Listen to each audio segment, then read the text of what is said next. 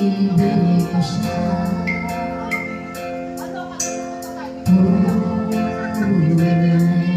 Ang kilos mo'y naiiba. Mayroong bagong isa sa iyong mata. Iniibig mo siya, hindi mo na naiapawin. Ngunit nagsasadya